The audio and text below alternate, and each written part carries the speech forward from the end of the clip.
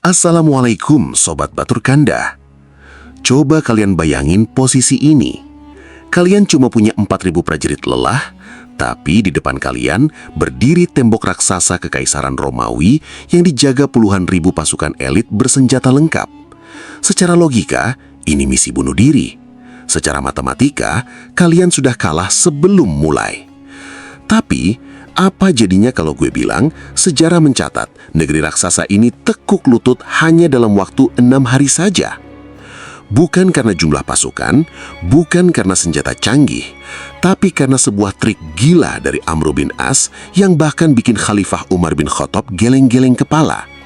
Rahasianya ternyata tersembunyi di dalam sebuah surat yang sengaja nggak dibuka oleh Amr sampai kakinya menyentuh tanah musuh.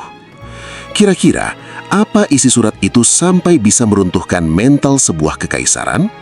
Dan gimana cara pasukan seatelnya ini melakukan hal yang dianggap mustahil oleh dunia? Tahan nafas kalian, karena 30 detik dari sekarang kita akan bongkar taktik si rubah padang pasir yang menggubah peta dunia selamanya. Halo Sobat Batur Kanda, senang banget bisa ketemu lagi bareng kalian. Kali ini, gue pengen ngajak kalian semua buat masuk ke sebuah mesin waktu.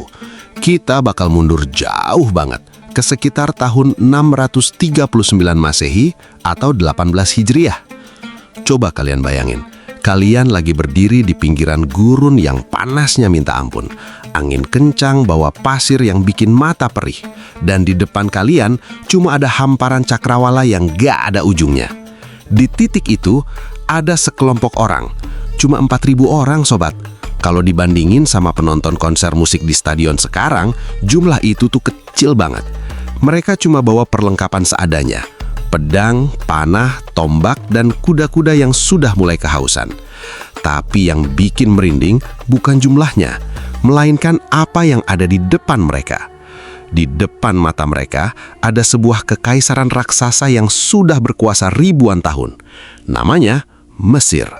Tapi saat itu, Mesir bukan lagi di bawah Firaun, melainkan di bawah cengkraman Romawi Bizantium, negara superpower yang kalau mereka jentikkan jari saja, satu kota bisa hilang dari peta. Nah, sekarang gue tanya ke kalian, kalau kalian jadi pemimpin 4.000 orang itu, kalian bakal lanjut atau mending balik kanan, cari aman di Madinah? Jujur aja, secara logika, secara matematika militer, misi ini tuh mustahil, gak masuk akal. Ini bukan cuma berani, tapi ini tuh nekat level dewa. Dan inilah yang kita sebut sebagai the impossible mission. Sobat Batur Kanda, Mesir saat itu bukan sekedar wilayah biasa. Mesir adalah lumbung pangan bagi kekaisaran Romawi. Semua gandum yang dimakan orang-orang di Konstantinopel, semua kekayaan yang mengalir ke kantong kaisar, itu sumbernya dari tanah Nil. Jadi Romawi nggak bakal lepas Mesir gitu aja. Mereka punya benteng-benteng yang dindingnya setebal harapan kalian buat menang giveaway. Tebel banget dan nggak bisa ditembus. Pasukan Romawi di sana jumlahnya bisa 10 kali lipat, bersenjata lengkap, dan yang paling penting, mereka punya logistik yang gak habis-habis. Sedangkan pasukan Muslim, mereka cuma punya iman di dada, keberanian yang gak masuk akal, dan satu sosok pemimpin jenius bernama Amr bin As. Amr bin As ini bukan tipe orang yang asal gaspol. Dia punya visi. Dia tahu kalau selama Mesir masih di tangan Romawi, wilayah Palestina dan Syam yang baru saja dibebaskan oleh Islam bakal selalu terancam.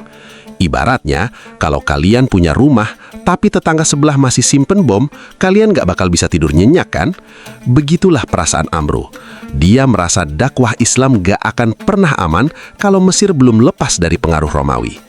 Tapi masalahnya satu, Khalifah Umar bin Khattab. Kalian tahu sendiri kan, Umar itu orangnya tegas, tapi sangat sayang sama nyawa pasukannya. Umar gak mau ambil risiko yang gak perlu. Bagi Umar, Mesir itu kayak sarang lebah raksasa. Kalau salah colok, habis semua pasukan Muslim disengat. Terjadilah sebuah pertemuan di sebuah tempat bernama Jabiyah. Di sana, Amr bin As duduk di depan Umar bin Khattab. Bayangin suasananya, lampu minyak yang remang-remang, peta kulit yang terbentang di meja kayu, dan suasana yang sangat tegang. Amr mulai berbicara dengan diplomasi tingkat tingginya. "Wahai Amirul Mukminin, izinkan aku membawa pasukan ke Mesir. Mesir adalah negeri yang paling kaya, tapi pertahanannya paling rapuh kalau kita tahu titik lemahnya." Kurang lebih begitu kata Amru. Umar diam. Dia menatap mata Amru lama banget. Umar tahu Amru ini orangnya cerdas, rubah padang pasir. Tapi Umar juga ragu. 4.000 lawan berpuluh ribu. Itu namanya setor nyawa. Perdebatan ini nggak cuma berlangsung 1-2 jam, tapi berhari-hari. Ini adalah momen di mana sejarah dunia sedang berada di ujung tanduk. Kalau Umar bilang tidak, mungkin sejarah Islam hari ini bakal beda banget. Kita mungkin nggak bakal kenal Kairo atau Universitas Al-Azhar.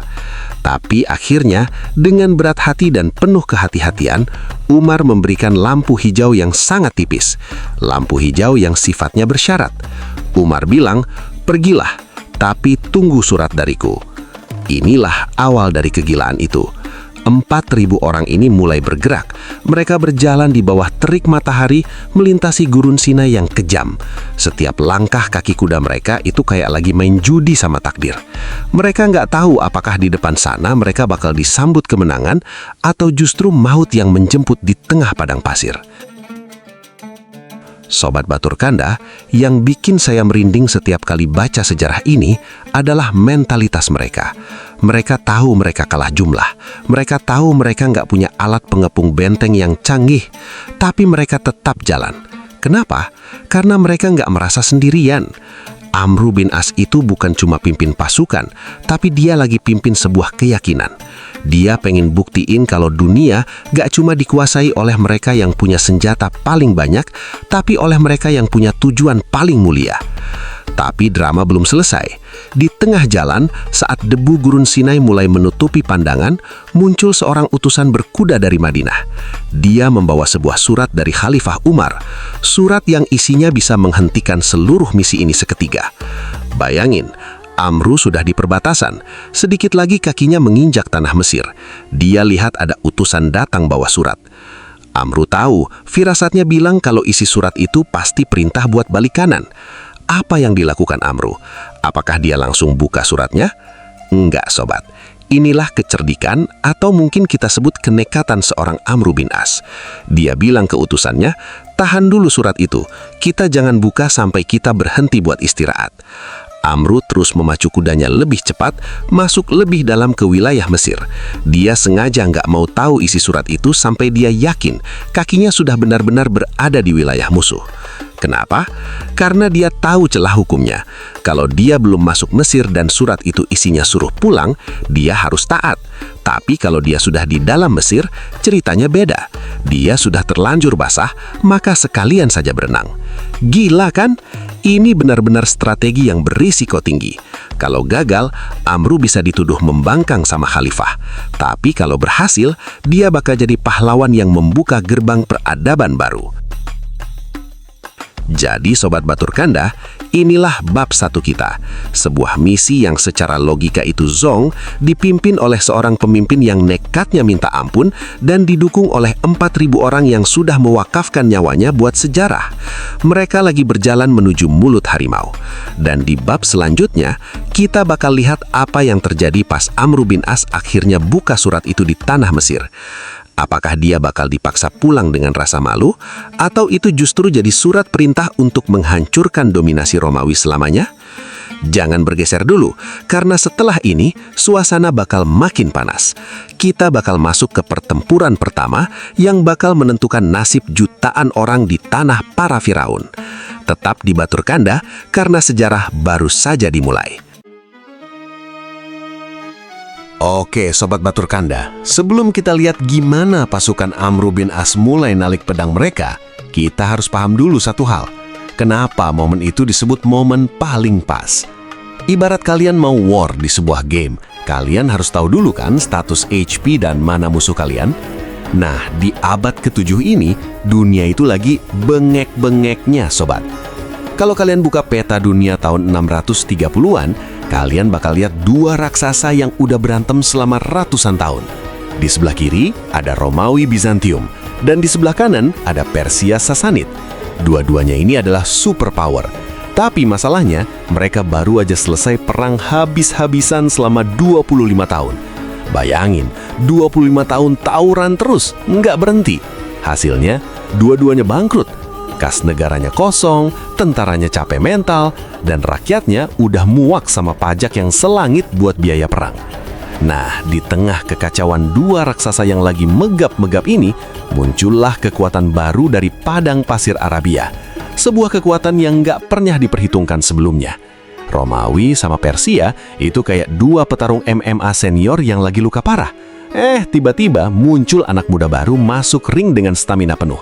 Ya, itulah pasukan Muslim. Tapi, kenapa Mesir? Kenapa Amr bin As sebegitunya ngebetnya pengen ambil Mesir? Sobat, kalian harus tahu, Mesir saat itu adalah angsa bertelur emas bagi Romawi. Kalau kalian ke Alexandria atau Iskandaria zaman dulu, kalian bakal lihat pelabuhan paling sibuk di dunia. Gandum dari Mesir itu yang ngasih makan seluruh orang di Eropa dan Konstantinopel. Tanpa Mesir, Kaisar Romawi nggak bakal bisa makan roti enak. Selain itu, pajaknya gila-gilaan. Emas mengalir deras dari sungai Nil ke kantong Kaisar. Tapi ada satu rahasia gelap yang Amr bin As tahu, tapi Romawi nggak sadar. Rakyat Mesir itu sebenarnya benci setengah mati sama tuan mereka, si tuan Romawi Bizantium ini. Kenapa? Ada dua alasan gede, sobat. Pertama, ekonomi. Bayangin, kalian kerja rodi di sawah, tapi hasilnya diambil hampir semua buat bayar pajak ke kaisar yang kalian bahkan nggak pernah lihat mukanya. Nyesek kan? Orang Mesir ngerasa mereka cuma jadi sapi perah doang. Kedua, ini yang lebih sensitif, agama. Meskipun sama-sama Kristen, tapi sekte orang Mesir atau Kristen Koptik itu beda sama sekte resmi Kekaisaran Romawi, Melkete. Dan kalian tahu apa yang dilakukan Romawi? Mereka bukannya toleransi, malah nindas. Para pendeta Koptik diburu, gereja-gereja mereka diawasi ketat. Bahkan pemimpin spiritual mereka, Patriark Benyamin, harus sembunyi di padang pasir selama bertahun-tahun karena mau ditangkap sama intelijen Romawi. Jadi, bayangkan suasana kebatinan rakyat Mesir saat itu. Mereka hidup di bawah tekanan ekonomi dan penindasan iman. Mereka kayak lagi nungguin siapapun itu yang bisa datang dan bilang, kami kesini bukan buat nindas kalian, kami cuma mau bawa keadilan. Amr bin As yang dulunya sering dagang ke Mesir, dia baca situasi ini dengan sangat jeli. Dia tahu kalau tembok-tembok benteng Romawi itu kelihatannya aja kokoh, tapi fondasinya, yaitu dukungan rakyat, itu udah hancur lebur. Rakyat Mesir itu nggak bakal mau mati-matian belain Romawi kalau ada yang nyerang. Mereka mungkin malah bakal bukain pintu gerbangnya. Nah, inilah yang disebut geopolitical intelligence. Amr bukan cuma jago main pedang, tapi dia jago baca mood dunia. Dia tahu Romawi lagi lemah. Dia tahu Persia udah jatuh ke tangan umat Islam sebelumnya. Dan dia tahu Mesir adalah kaki terakhir yang tempat Romawi berdiri di Afrika. Kalau kaki ini dipatahkan, Romawi bakal lumpuh total. Tapi jangan pikir Kaisar Heraklius di Konstantinopel itu bodoh, sobat. Dia tahu Mesir bergejolak, makanya dia taruh jenderal-jenderal terbaiknya di sana. Dia perkuat benteng Babylon di dekat Kairo sekarang. Dia taruh 1000 pasukan elit di Alexandria. Dia mikir, pasukan Arab itu cuma jago di padang pasir. Begitu ketemu tembok benteng kita yang tinggi, mereka bakal nangis dan pulang. Sobat Batur Kanda, disinilah letak keseruannya. Kita punya sebuah wilayah yang sangat kaya, tapi rakyatnya dendam sama pemerintahnya sendiri. Kita punya penjaga benteng yang sombong karena merasa punya senjata canggih. Dan kita punya sekelompok orang dari gurun yang dipimpin oleh seorang rubah yang udah tahu semua lubang tikus di wilayah itu. Amr bin As itu kayak lagi main catur. Dia udah tahu skakmatnya di mana, meskipun dia baru jalanin pion pertamanya. Dia bilang ke pasukannya, dunia lagi berubah kawan-kawan, dan kitalah yang bakal jadi sutradaranya di tanah Nil ini. Jadi, gambaran besarnya begini sobat. Dunia lagi kacau, Romawi lagi sesak nafas, Mesir lagi nungguin pahlawan, dan Amr bin As lagi megang surat dari Khalifah Umar yang seperti kita bahas di bab 1 tadi, belum dia buka. Amr tahu kalau dia berhasil ambil Mesir, Islam nggak cuma bakal jadi agama baru, tapi bakal jadi peradaban dunia yang menguasai perdagangan global. Ini adalah pertaruhan terbesar dalam sejarah militer Islam. Satu langkah salah, mereka semua habis ditelan gurun atau dicincang pasukan elit Romawi. Tapi kalau berhasil, sejarah bakal mencatat nama mereka dengan tinta emas. Sekarang pertanyaan buat kalian Sobat Batur Kanda. Kalau kalian ada di posisi Amru dengan informasi kalau musuh lagi lemah tapi jumlahnya masih jauh lebih banyak, kalian bakal langsung seruduk atau main cantik? Simpan jawabannya Sobat, karena di bab selanjutnya kita bakal lihat langkah pertama Amru menginjakan kaki di perbatasan. Ketegangan pertama dimulai di El Arish dan Pelisium. Jangan kemana-mana, tetap di Batur Kanda, karena taktik si rubah ini baru saja dimulai. Sobat Batur Kanda, kalau kita ngomongin penaklukan Mesir, kita nggak bisa cuma bahas pasukannya. Kita harus bahas otak di balik semuanya. Karena jujur aja, tanpa orang ini, misi ke Mesir mungkin cuma bakal jadi catatan kaki kegagalan di buku sejarah. Kenalin, tokoh utama kita, Amru bin As. Di kalangan orang Arab zaman itu, Amru punya julukan yang keren sekaligus bikin lawan waspada, Ar-Raib atau Sang Rubah. Kenapa rubah? Karena dia punya kecerdikan yang levelnya itu out of the box. Dia bukan tipe jenderal yang cuma modal teriak serang sambil angkat pedang. Enggak sobat, Amru itu tipe jenderal yang sebelum perang dimulai, dia sudah tahu gimana cara bikin musuhnya nyerah tanpa harus keluar banyak keringat. Nah, biar kalian makin kenal, Amru ini dulunya adalah seorang diplomat ulung dari kaum Quraisy. Sebelum masuk Islam, dia sering dikirim ke luar negeri buat negosiasi hal-hal berat. Dia pernah dikirim ke Ethiopia atau Habsyah buat lobi Raja Najasyi. Meskipun saat itu misinya gagal karena Raja Najasyi lebih milih lindungi umat muslim, tapi di sana Amru belajar banyak soal politik internasional. Dia belajar gimana cara baca gerak-gerik penguasa, gimana cara mainin perasaan lawan bicara, dan gimana cara ngelihat peluang di tengah kesempitan. Tapi yang paling penting dari masa lalu Amru adalah profesinya sebagai pedagang. Sebelum jadi panglima perang, Amru itu sering banget bolak-balik ke Mesir buat dagang. Dia nggak cuma sekedar jualan kain atau rempah di sana sobat. Sambil dagang, matanya itu kayak kamera CCTV.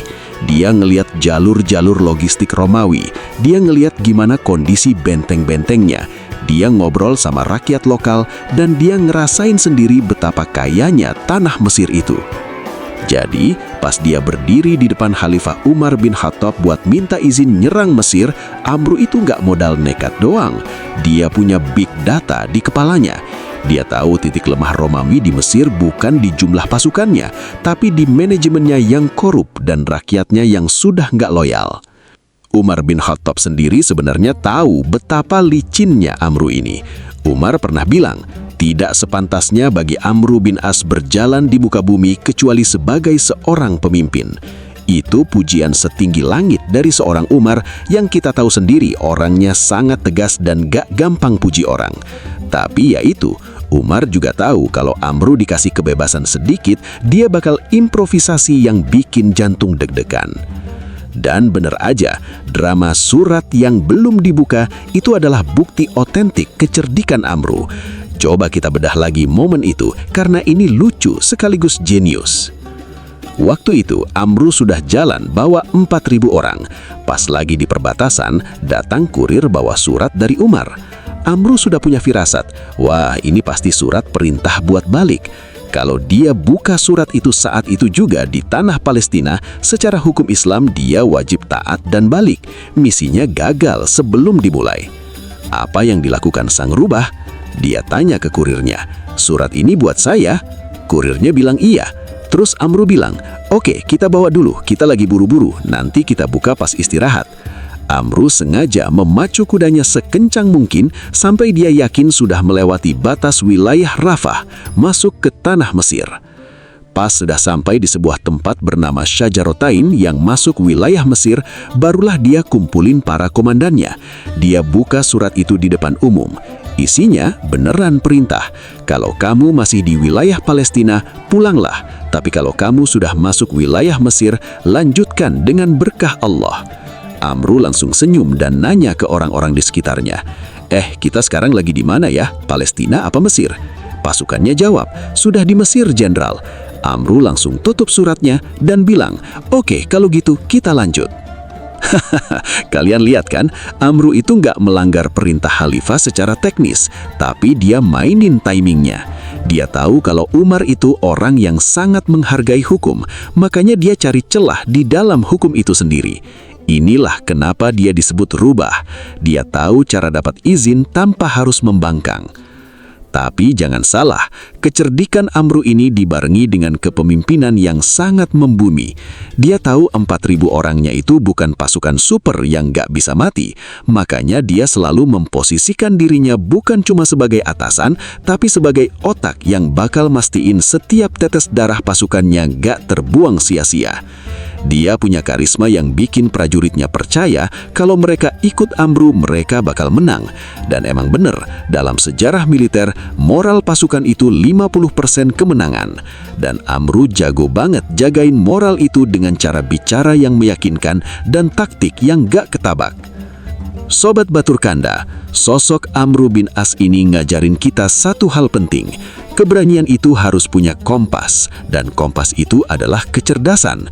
Di dunia ini orang berani itu banyak, tapi orang berani yang tahu kapan harus nunggu, kapan harus lari, dan kapan harus nikung secara cerdas itu jarang banget. Amru adalah perpaduan antara iman yang kokoh dan logika yang tajam.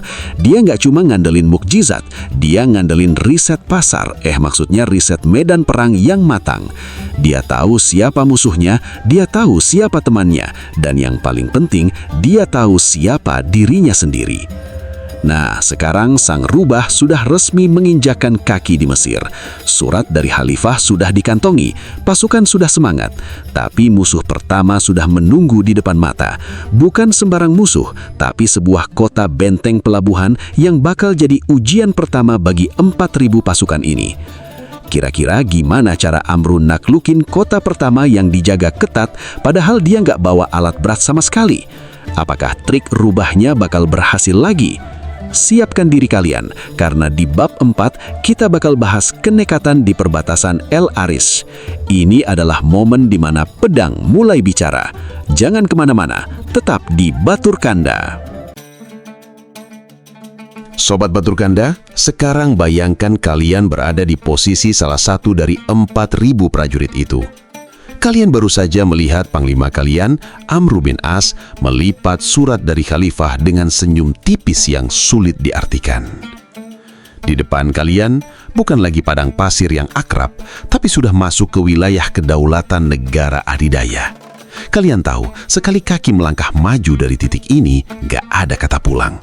Pilihannya cuma dua, menang sebagai pahlawan atau terkubur di bawah pasir Mesir yang asing. Kita masuk ke El Aris. Sekarang mungkin El Aris dikenal sebagai kota di pinggir pantai yang tenang, tapi tahun 639 Masehi, tempat ini adalah pintu gerbang menuju neraka atau kejayaan. Suasana saat itu sangat tegang. Pasukan Muslim bergerak dalam kesunyian. Amru memerintahkan pasukannya untuk tidak banyak bersuara. Kenapa? Karena disinilah permainan petak umpat maut dimulai. Amru tahu intelijen Romawi itu ada di mana-mana. Setiap pedagang yang lewat, setiap pengembala yang berpapasan, bisa jadi adalah mata-mata yang bakal lapor ke garnisun Romawi terdekat. Tapi, ada sesuatu yang menarik, sobat. Pasukan Amru sampai di El Aris tepat pada hari raya Idul Adha. Bayangkan, di tengah misi bunuh diri ini, di tengah ketegangan akan disergap musuh kapan saja, mereka tetap melaksanakan ibadah dengan khusyuk. Ini menunjukkan mentalitas mereka. Mereka sudah selesai dengan urusan dunia. Takut pasti ada, tapi keyakinan mereka jauh lebih besar daripada rasa takut itu. Di El Aris, Amru melakukan langkah pertama yang sangat nekat. Dia nggak nunggu musuh datang, dia yang nyari musuh. Tapi anehnya pas mereka sampai di sana, kota itu kosong dari tentara Romawi. Ternyata garnisun kecil Romawi di sana sudah kabur duluan ke arah barat. Mereka ketakutan melihat debu yang mengepul dari kejauhan, mengira ada puluhan ribu pasukan Arab yang datang, padahal cuma 4.000 orang dengan unta-unta yang kehausan. Tapi jangan senang dulu. Amru tahu ini adalah jebakan psikologis. Romawi nggak mungkin nyerah gitu aja. Mereka cuma lagi narik nafas buat nyiapin pukulan yang lebih keras di kota selanjutnya. El Aris jatuh tanpa perlawanan berarti, tapi ini justru bikin suasana makin mencekam. Kenapa? Karena si rubah tahu semakin mudah sebuah pintu terbuka, semakin besar kemungkinan ada singa yang menunggu di balik pintu berikutnya. Amru nggak mau membuang waktu. Dia langsung kasih perintah, jangan berhenti, kita terus bergerak. Sobat, kalian harus bayangin gimana rasanya jalan di bawah terik matahari Sinai. Pasirnya itu halus banget, masuk ke sela-sela baju zirah, bikin kulit lecek. Air sangat terbatas, setiap teguk air itu harganya kayak emas. Tapi Amru terus memacu pasukannya. Dia tahu kalau mereka lambat sedikit saja, Romawi punya waktu buat manggil bantuan dari Alexandria lewat jalur laut. Ada satu momen di malam hari, di perbatasan El Aris menuju wilayah yang lebih dalam. Amru duduk sendirian di depan api unggun kecil. Dia lagi ngeliatin peta kulitnya. Salah satu komandannya tanya, "Wahai Amru, kenapa kita terburu-buru? Pasukan kita butuh istirahat." Amru menjawab dengan kalimat yang bakal diingat sejarah. "Musuh kita punya tembok, kita punya waktu. Kalau kita kasih mereka waktu, tembok itu bakal makin tinggi. Tapi kalau kita ambil waktu mereka, tembok itu nggak ada gunanya." Inilah filosofi perang Amru. Kecepatan adalah senjata. Dia sadar betul, 4.000 orang kalau perang terbuka atau open field lawan 20.000 Romawi, ya wassalam. Tapi kalau mereka gerak cepat pindah dari satu titik ke titik lain sebelum musuh siap, jumlah itu jadi nggak relevan. Amru lagi mainin strategi gerilya gurun di depan pintu rumah kekaisaran terbesar di dunia. Namun, tantangan sejati baru saja muncul di ufuk barat. Setelah melewati El Aris, mereka melihat bayangan besar di kejauhan, sebuah kota benteng yang dikelilingi rawa-rawa dan pertahanan yang jauh lebih serius. Namanya Pelusium, atau dalam bahasa Arab disebut Al-Farama. Disinilah darah pertama bakal tumpah. Disinilah Romawi sudah menunggu dengan panah-panah yang sudah diletakkan di busurnya. Di Pelusium, Amru bin As harus membuktikan bahwa 4.000 orangnya bukan cuma jago jalan jauh, tapi juga jago bertarung nyawa dalam kepungan tembok batu yang kokoh. Kalian tahu apa yang paling gila dari situasi ini? Pasukan muslim itu nggak bawa manjanik atau pelontar batu raksasa. Mereka nggak bawa tangga-tangga tinggi buat manjat benteng. Mereka cuma bawa nyali dan taktik si rubah. Sobat Batur Kanda, bayangkan kalian berdiri di depan gerbang Pelusium. Panah mulai menghujani dari atas langit. Pasukan Romawi berteriak mengejek dari balik tembok. "Pulanglah kalian ke gurun, wahai orang Arab, di sini bukan tempat kalian." Gimana perasaan Amru saat itu? Apakah dia menyesal nggak buka surat dari Umar lebih awal? Nggak sama sekali. Amru justru tersenyum. Dia tahu di titik inilah legenda penaklukan Mesir yang sebenarnya baru saja dimulai. Tapi, gimana cara 4.000 orang tanpa alat berat bisa menjebol kota benteng Pelusium yang katanya nggak tertembus itu? Apakah mereka bakal terjebak di rawa-rawa Pelusium selamanya? Ataukah Amru punya trik sulap yang bakal bikin Jenderal Romawi melongo keheranan? Sobat, siapkan mental kalian, karena di bab selanjutnya, kita bakal masuk ke Pelusium, gerbang berdarah. Di sana, kita bakal melihat gimana strategi pecah belah Amru mulai meruntuhkan mental musuh yang jumlahnya jauh lebih banyak. Tetap di Batur Kanda, karena pertempuran sesungguhnya baru saja pecah. Sobat Batur Ganda, kalau El Aris yang kita bahas tadi ibarat teras rumah, maka Pelusium atau yang kita kenal dengan nama Al-Farama adalah pintu utama yang dikunci rapat dengan gembok raksasa. Inilah titik di mana bulan madu pasukan Amru bin As berakhir. Nggak ada lagi kota kosong yang ditinggal kabur penghuninya.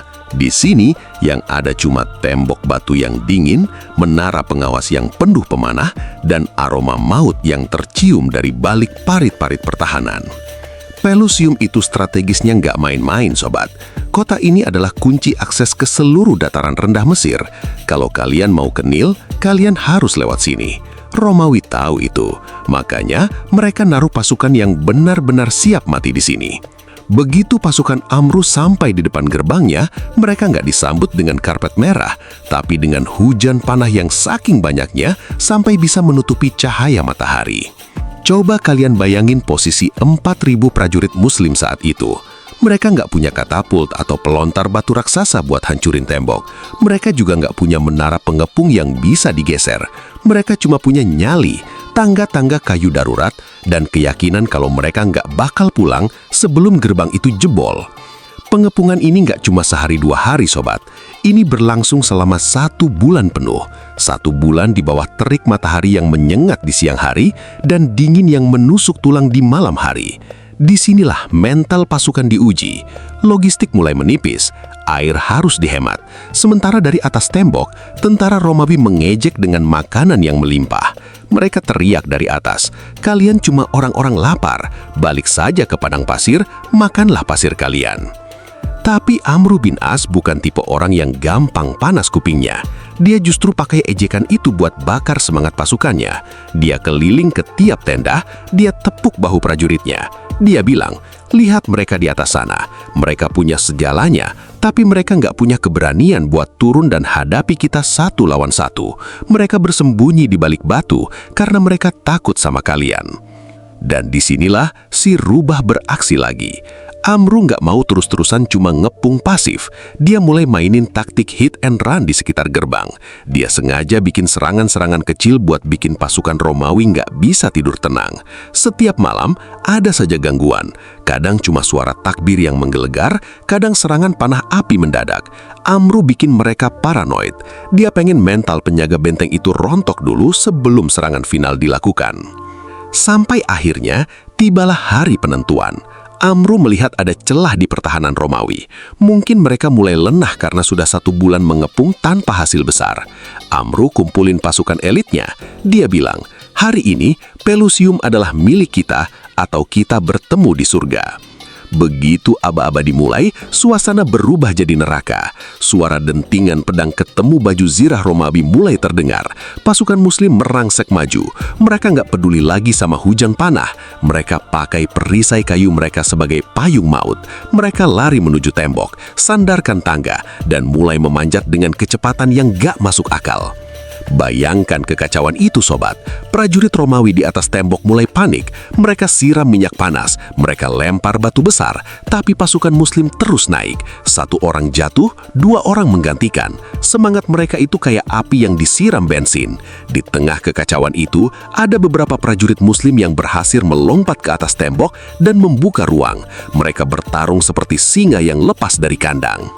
Pertarungan di atas tembok Pelusium itu sangat berdarah. Tanah yang tadinya kuning pasir berubah jadi merah pekat. Pedang bertemu pedang, perisai hancur berkeping-keping. Amru sendiri ada di barisan depan, memimpin dengan contoh. Dia bukan jenderal yang duduk manis di belakang.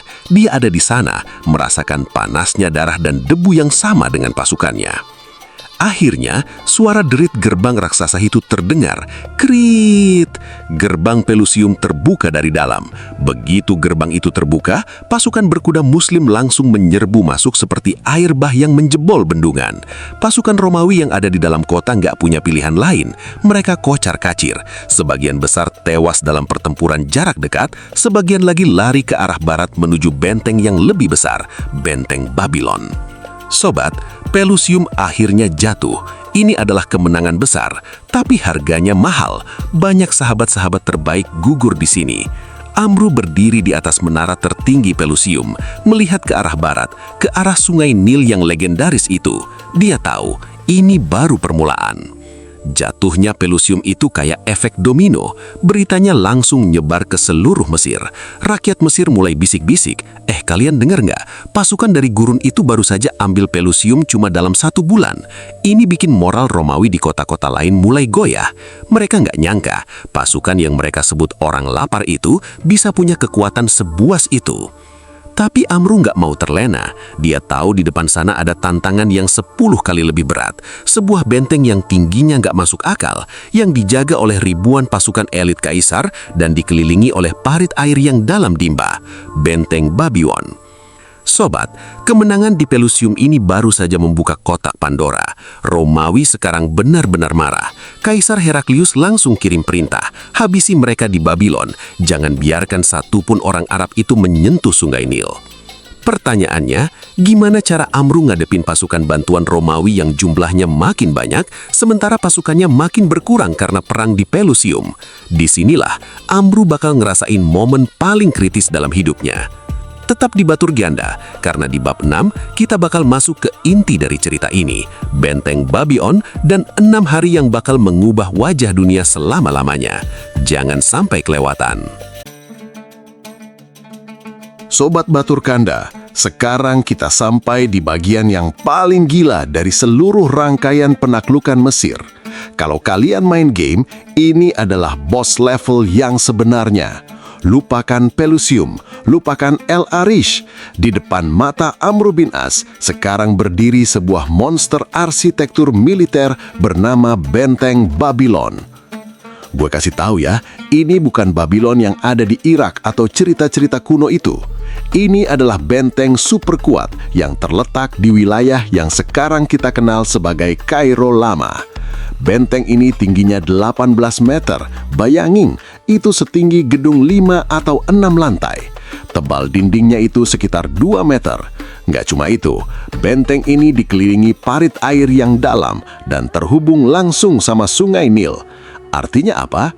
Musuh bisa dapat pasokan makanan dan tentara tambahan lewat air kapan saja, sementara pasukan Amru cuma bisa gigit jari di daratan. Pasukan Amru saat itu sudah mulai kelelahan. Dari 4.000 orang, jumlah mereka makin berkurang karena luka dan gugur di pertempuran sebelumnya. Sementara di dalam Babylon, ada sekitar 20.000 sampai 30.000 pasukan elit Romawi di bawah komando Panglima Mukaukis. Logikanya, 4.000 orang mau ngepung 20.000 orang di dalam benteng paling kuat, itu namanya cari mati. Pengepungan ini berjalan berbulan-bulan, sobat. Pasukan Muslim mulai ngerasa frustasi. Musim berganti, tapi tembok itu tetap nggak goyah. Sampai akhirnya, Amru sadar kalau dia butuh bantuan. Dia kirim surat ke Khalifah Umar bin Khattab. Wahai Amirul Mukminin, musuh terlalu kuat, bentengnya terlalu tinggi. Kami butuh tambahan pasukan. Umar bin Khattab membalas dengan sebuah surat yang sangat legendaris. Umar bilang, aku mengirimkan kepadamu 4.000 pasukan tambahan.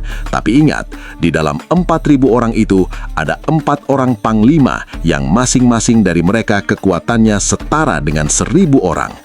Siapa mereka? Ada Mikdad bin Aswad, Ubadah bin Samit, Maslamah bin Muhalat, dan sang legenda Zubair bin Awam. Begitu rombongan ini datang, moral pasukan Muslim yang tadinya turun langsung meledak lagi. Kehadiran Zubair bin Awam itu kayak kalian lagi kalah main bola, tiba-tiba Lionel Messi masuk ke lapangan. Semangatnya beda. Nah, disinilah drama 6 hari itu dimulai. Amru dan Zubair berdiskusi. Mereka nggak bisa nunggu lebih lama lagi. Nil mulai pasang, dan kalau mereka nggak segera ambil Babylon, posisi mereka bakal terjepit.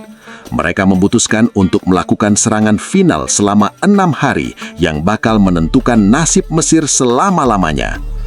Hari pertama sampai hari kelima, Amru melakukan taktik pengalihan habis-habisan. Dia bagi pasukannya jadi beberapa kelompok kecil. Mereka nyerang dari berbagai sisi benteng secara bergantian, nggak berhenti siang dan malam. Tujuannya cuma satu, bikin prajurit Romawi di dalam benteng nggak bisa tidur. Setiap kali Romawi mau istirahat, terdengar suara genderang perang. Setiap kali mereka mau makan, hujan panah datang. Ini yang namanya perang urat saraf atau perang urat saraf. Selama 5 hari, pasukan Romawi dibuat mental breakdown. Mereka capek, mereka bingung, dan mereka mulai ketakutan karena merasa pasukan Muslim itu nggak ada habisnya. Padahal ya orangnya itu-itu aja, cuma Amru pinter banget muter-muter pasukannya. Lalu tibalah hari ke-6. Malam harinya, suasana sangat sunyi. Romawi pikir, oh mungkin hari ini mereka capek. Tapi mereka salah besar. Zubair bin Awam, pria yang disebut Umar setara 1.000 orang ini, melakukan aksi nekat yang gak bakal dilupakan sejarah. Zubair membawa tangga panjang. Di tengah kegelapan malam, tanpa suara, dia merayap mendekati dinding benteng yang tingginya 18 meter itu. Dia nggak sendirian, ada beberapa orang pilihannya. Dia manjat tembok itu sendirian, sobat. Bayangin, memanjat tembok setinggi itu di bawah hidung penjaga Romawi. Kalau dia ketahuan, satu panah saja cukup buat bikin dia jatuh dan mati. Tapi Zubair berhasil sampai di puncak benteng. Begitu kakinya menginjak bagian atas benteng, dia nggak langsung nyerang.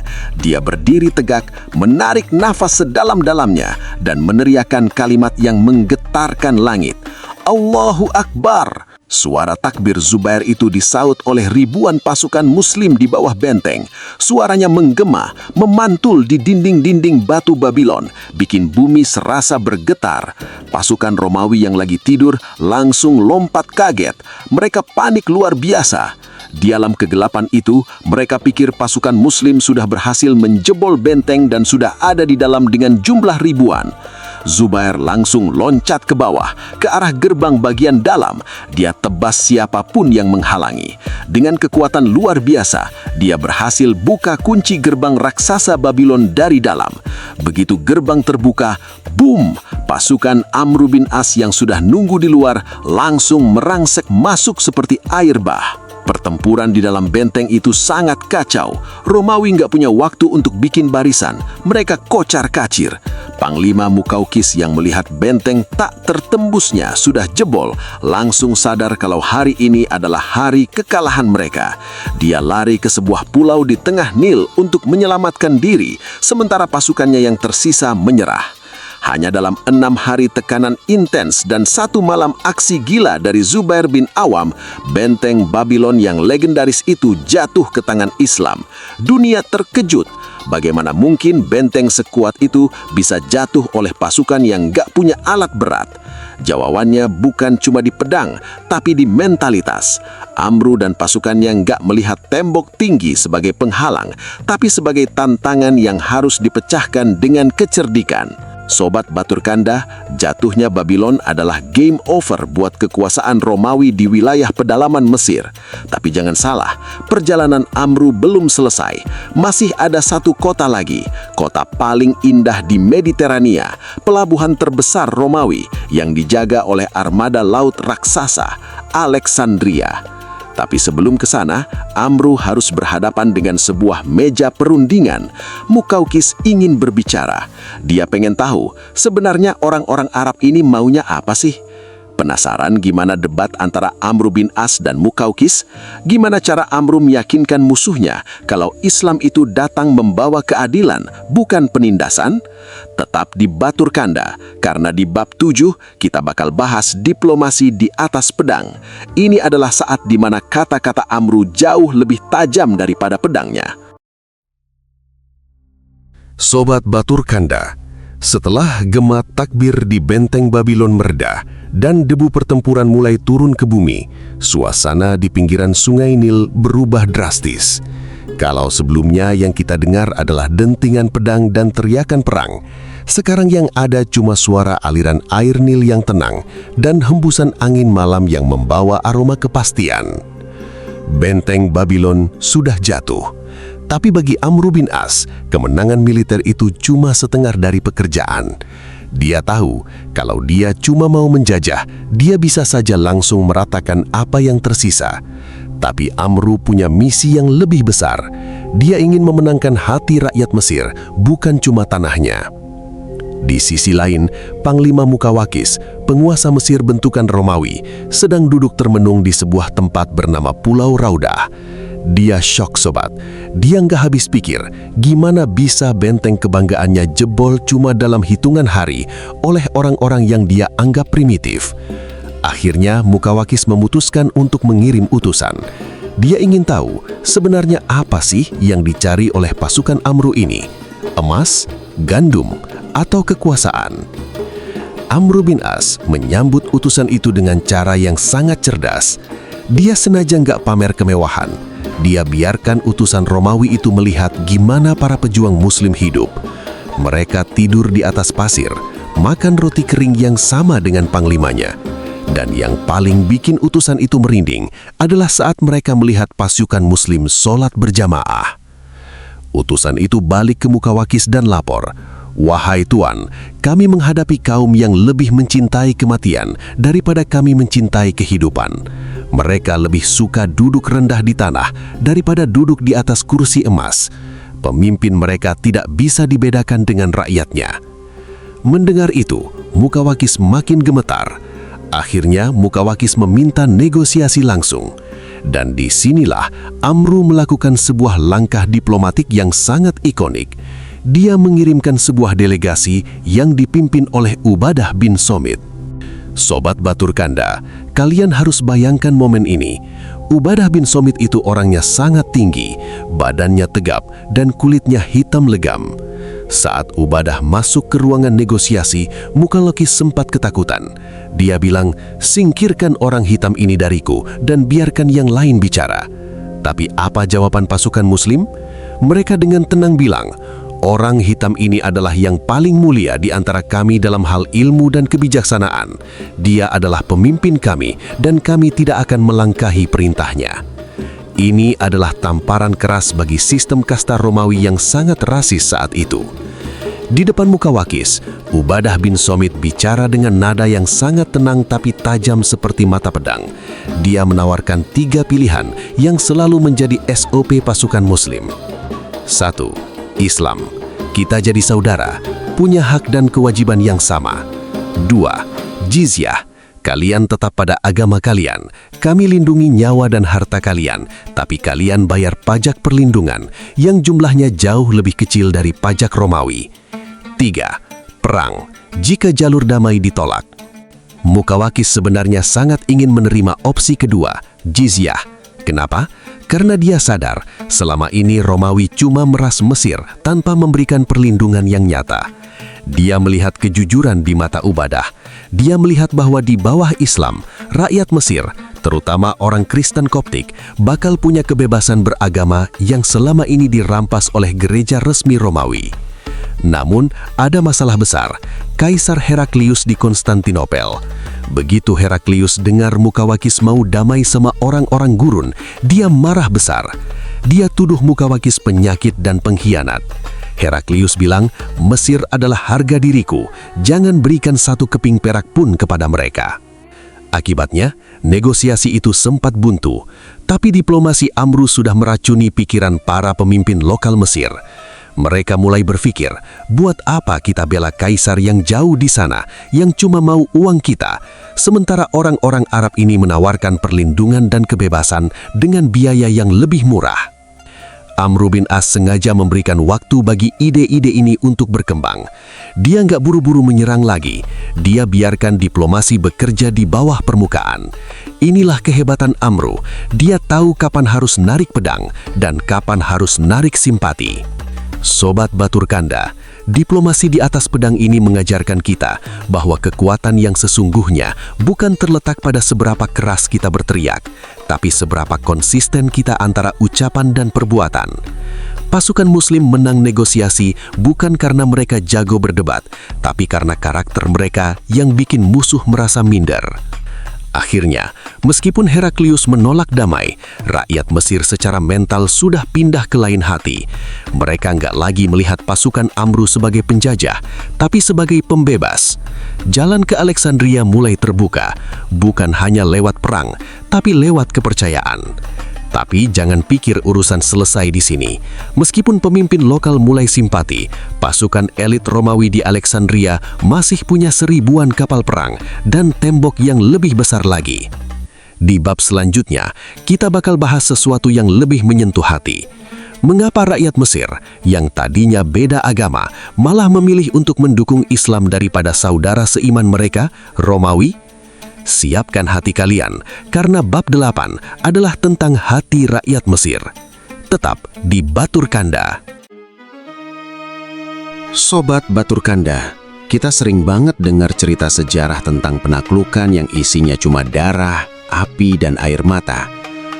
Kita sering mikir kalau ada pasukan asing datang ke sebuah negeri, rakyatnya pasti bakal angkat senjata buat ngusir mereka. Tapi apa yang terjadi di Mesir tahun 640-an itu benar-benar di luar nalar sejarah pada umumnya. Pernah nggak kalian kepikiran, kenapa 4.000 orang yang pelan-pelan jadi 12.000 setelah dapat bantuan bisa menguasai negeri raksasa berpenduduk jutaan orang dalam waktu singkat? Apakah rakyat Mesir itu penakut? Enggak, sobat. Jawabannya jauh lebih dalam dari itu. Jawabannya ada di dalam hati mereka. Bayangin kalian jadi petani Mesir di pinggiran Sungai Nil saat itu. Kalian bekerja dari subuh sampai maghrib di bawah matahari yang menyengat, mencangkul tanah yang subur, tapi pas panen tiba, orang-orang Romawi datang bawa kereta kuda. Mereka ambil hampir semua gandum kalian buat dikirim ke Konstantinopel. Kalian cuma dikasih sisanya, sekadar buat nggak mati kelaparan. Kalian ngerasa kayak sapi perah di rumah kalian sendiri. Bukan cuma soal perut, tapi soal jiwa. Mayoritas rakyat Mesir itu Kristen Koptik. Mereka punya keyakinan yang sedikit beda sama gereja resmi Kekaisaran Romawi. Dan tahu nggak apa yang dilakukan penguasa Romawi? Mereka nindas. Mereka anggap orang Koptik itu sesat. Pendeta-pendeta Koptik ditangkap, gereja mereka disita, bahkan pemimpin tertinggi mereka, Patriark Benyamin, harus lari ke padang pasir dan sembunyi di gua-gua selama 13 tahun karena nyawanya terancam. 13 tahun, sobat. Bayangkan pemimpin agama kalian diburu kayak kriminal cuma karena beda pendapat soal teologi. Di titik itu, rakyat Mesir udah mati rasa sama yang namanya loyalitas ke Romawi. Bagi mereka, Romawi bukan pelindung, tapi penjajah yang pakai kedok agama. Lalu, datanglah pasukan Amru bin As. Mereka datang dengan penampilan yang jauh dari kesan mewah. Bajunya sederhana, bahasanya jujur, dan yang paling penting, mereka menepati janji. Amru mengeluarkan sebuah maklumat yang bikin guncang seluruh Mesir. Dia bilang, nyawa kalian aman, harta kalian aman, dan gereja-gereja kalian tidak akan kami sentuh. Silahkan ibadah menurut keyakinan kalian. Mungkin rakyat Mesir awalnya nggak percaya. Masa sih? Pasti ada udang di balik batu, pikir mereka. Tapi Amru ngebuktiin itu lewat tindakan. Saat pasukan Muslim masuk ke desa-desa, mereka nggak ngerampas ternak rakyat. Mereka bayar apa yang mereka makan. Mereka nggak ganggu perempuan-perempuan desa. Mereka justru bantu rakyat benerin irigasi yang rusak gara-gara perang. Dan puncaknya, sobat, adalah momen yang bikin air mata rakyat Mesir tumpah. Amru bin As mengirim pesan ke seluruh penjuru padang pasir. Dia menjamin keamanan penuh buat Patriark Benyamin. Dia minta Benyamin untuk keluar dari persembunyiannya dan kembali memimpin gerejanya di Alexandria. Bisa kalian bayangin gak suasananya? Setelah 13 tahun hidup dalam ketakutan di dalam gua yang gelap, sang patriark kembali ke kota disambut dengan hormat oleh pasukan Muslim yang notabene agamanya beda. Benyamin sampai bilang, "Aku tidak pernah menemukan kedamaian dan keadilan seperti yang aku rasakan di bawah kepemimpinan orang-orang ini." Inilah alasan kenapa rakyat Mesir memilih Islam. Bukan karena mereka dipaksa pakai pedang di leher, tapi karena mereka melihat ada sebuah sistem yang lebih manusiawi. Mereka melihat bahwa jizyah, pajak perlindungan yang diminta Islam, itu jumlahnya jauh lebih kecil dan transparan daripada pajak gila-gilaan dari Romawi. Dan yang paling penting, uang itu benar-benar dipakai buat jagain mereka. Kalau di dunia modern, ini kayak kalian punya provider internet yang harganya mahal tapi sinyalnya empas, Romawi. Terus tiba-tiba ada provider baru yang harganya jauh lebih murah, sinyalnya kencang dan customer service-nya sopan banget, Islam. Ya otomatis kalian bakal switch kan? Rakyat Mesir bukan cuma jadi penonton, banyak dari mereka yang justru jadi penunjuk jalan buat pasukan Amru. Mereka ngasih tahu di mana posisi tentara Romawi, di mana jalur logistik yang rahasia, bahkan mereka bantu nyiapin jembatan buat pasukan Muslim lewat.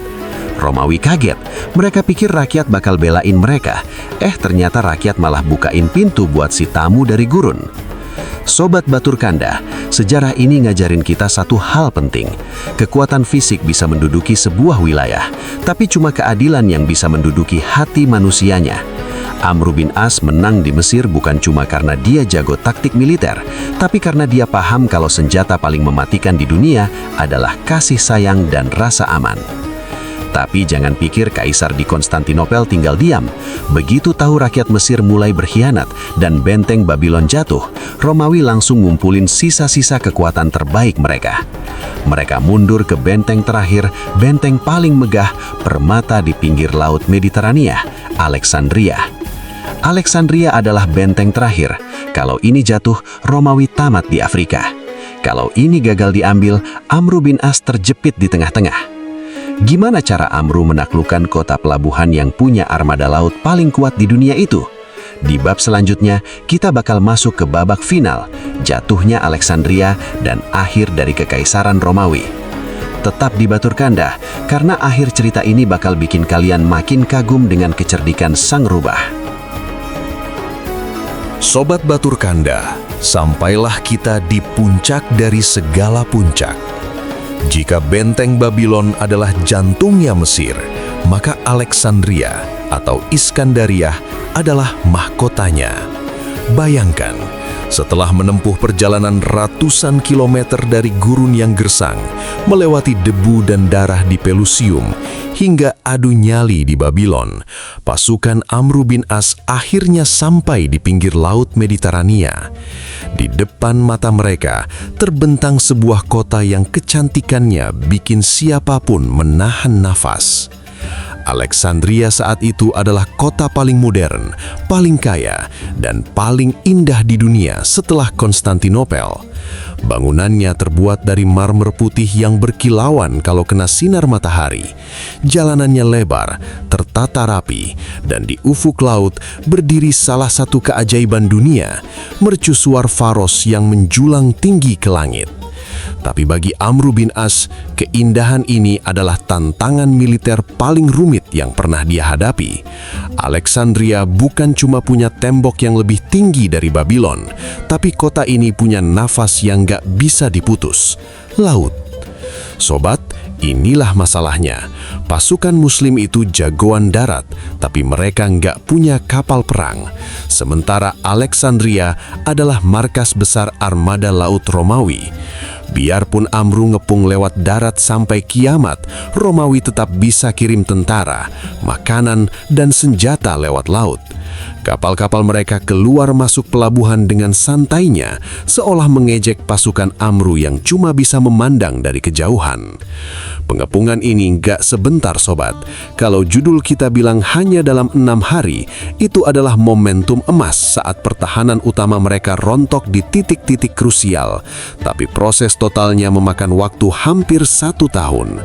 Bayangkan, mental pasukan Muslim yang sudah jauh dari rumah, di pinggir pantai yang asing, sementara musuh di dalam kota hidup mewah dengan pasokan yang melimpah. Disinilah ujian kesabaran seorang Amru bin As. Dia tahu Alexandria nggak bisa diambil cuma pakai otot. Dia harus nunggu angin perubahan. Dan angin itu datang dari arah yang gak disangka-sangka, Konstantinopel. Di tengah pengepungan yang buntu itu, sebuah berita besar tersebar. Kaisar Heraklius meninggal dunia. Sang singa tua Romawi itu akhirnya tutup usia. Begitu Heraklius wafat, kekaisaran Romawi langsung pecah karena perebutan kekuasaan di internal mereka sendiri. Fokus mereka terbagi. Bantuan untuk Alexandria yang tadinya mengalir deras, tiba-tiba tersendat karena para bangsawan di pusat sibuk berantem sendiri soal siapa yang bakal jadi raja selanjutnya. Amru bin As, si rubah padang pasir, langsung mencium bau kelemahan ini. Dia tahu ini saatnya. Moral pasukan Romawi di Alexandria langsung drop ke titik nadir. Mereka merasa ditinggalkan oleh pusat.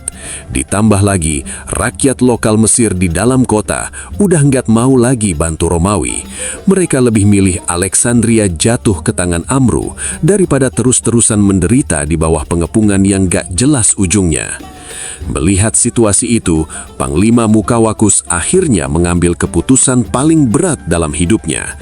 Dia hubungi Amru dan bilang, "Cukup, kita berdamai."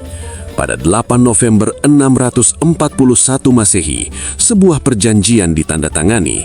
Alexandria, permata Romawi yang sudah mereka kuasai hampir 1000 tahun sejak zaman Julius Caesar, resmi diserahkan kepada umat Islam.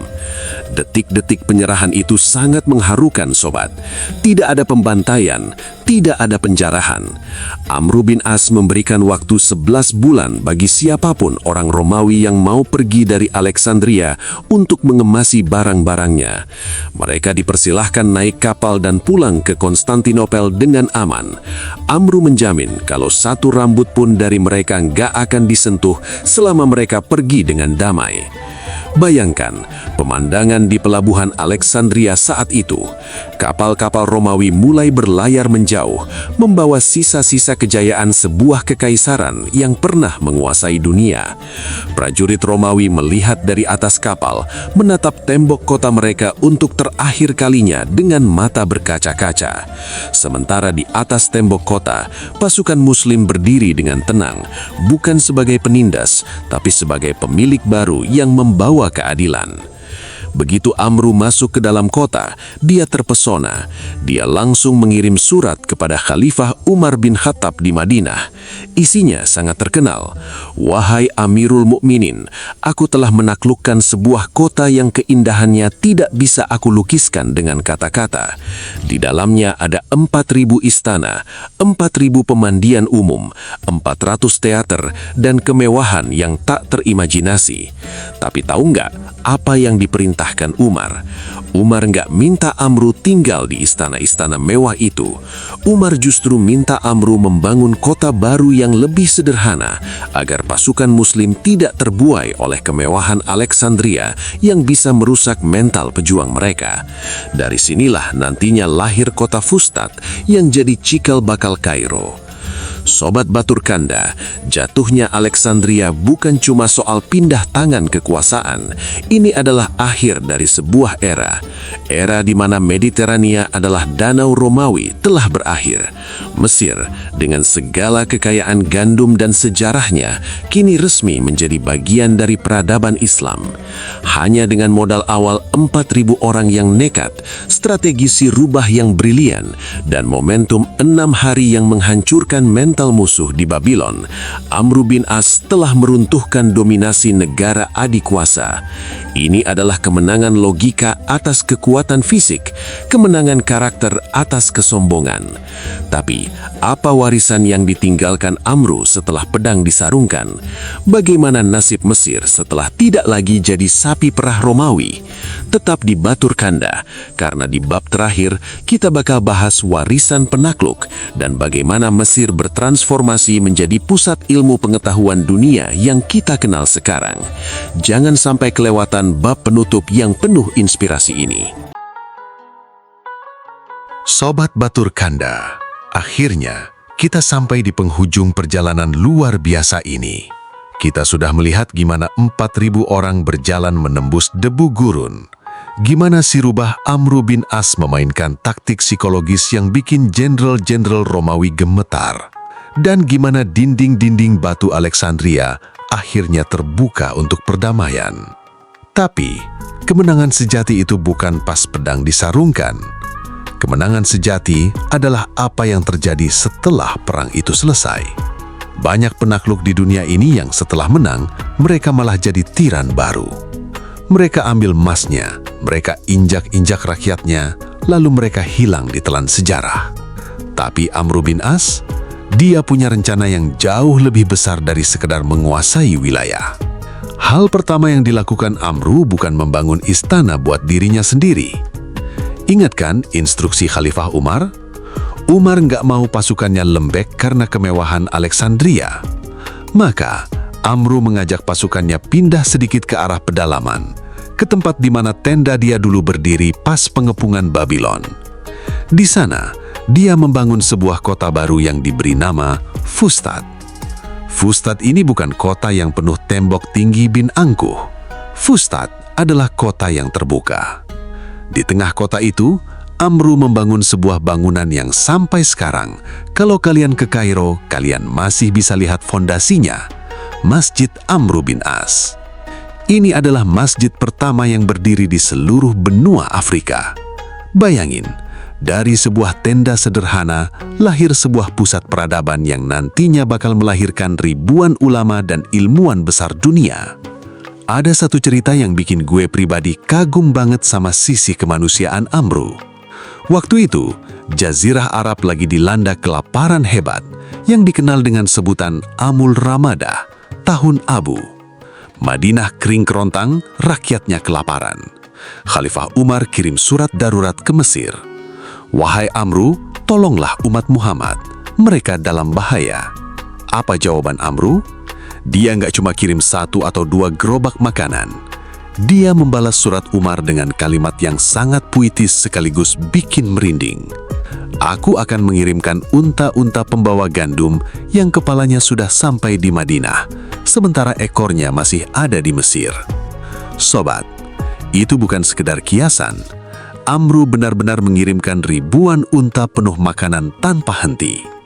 Bahkan, dia membuka kembali terosong kuno yang menghubungkan Sungai Nil langsung ke Laut Merah, agar kapal-kapal gandum bisa sampai ke Mekah dan Madinah lebih cepat.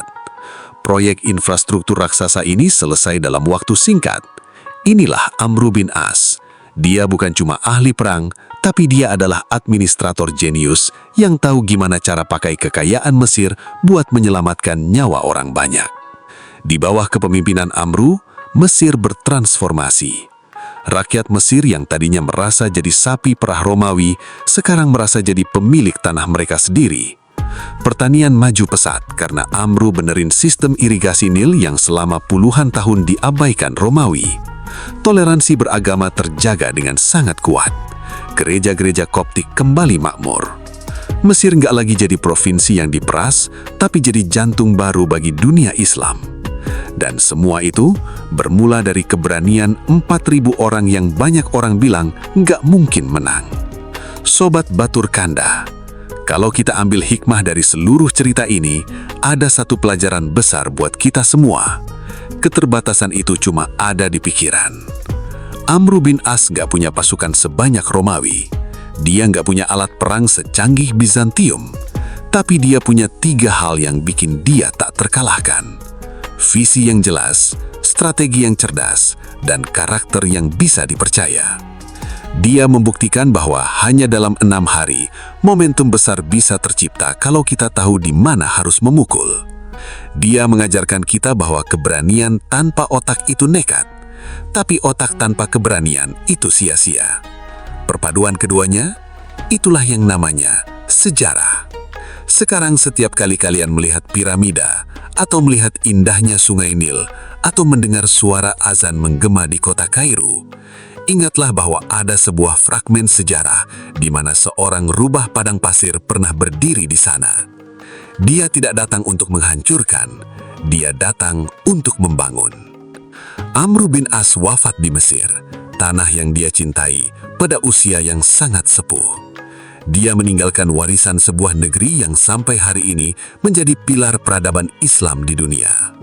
Terima kasih banyak Sobat Batur Kanda sudah menemani gue menelusuri jejak kaki pasukan Amru bin As dari perbatasan El Aris sampai ke gerbang Alexandria. Semoga cerita ini bukan cuma jadi dongeng pengantar tidur, tapi jadi bahan bakar semangat buat kalian kalau nggak ada yang nggak mungkin kalau kita punya tekad yang kuat.